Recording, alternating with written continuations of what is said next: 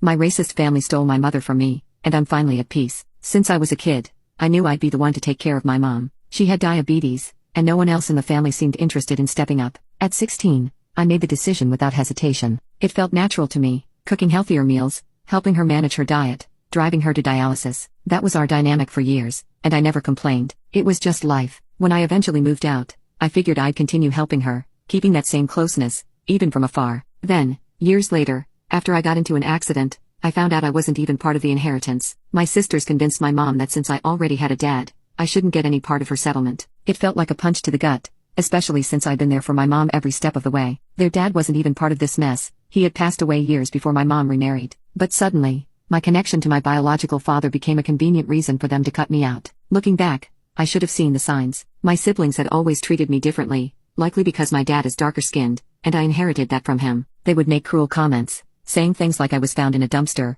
or my mom had tried to throw me out because I was too dark. It's messed up, but when you're the youngest, you don't have much choice but to brush it off. My brother didn't mess with me as much, but he had schizophrenia, and my sisters considered him too much of a burden to deal with. In truth, they were only ever concerned with getting their own lives together. Family came second. After I got married, my husband and I decided to buy my parents a house. It was something I wanted to do out of love and gratitude, but of course, my sisters couldn't handle it. They accused me of trying to be the perfect daughter and turning our mom against them. In reality, I just wanted us to get along, to finally have that sense of unity. But that dream was slipping further away. For 3 years, I continued taking my mom to the hospital for dialysis, making sure she had everything she needed. Then, one day, I went to pick her up like usual, but she wasn't there. I called around, panic setting in, imagining the worst. Was she dead? Was she at the hospital? Eventually, I found out my siblings had taken her. They didn't even tell me where. I tracked her down to the ICU, where she was on life support, and my sisters acted like they had the final say in her care. But my dad, her husband, had the legal decision-making power. My oldest sister wasn't having it though. She had a lot of unresolved resentment toward my mom,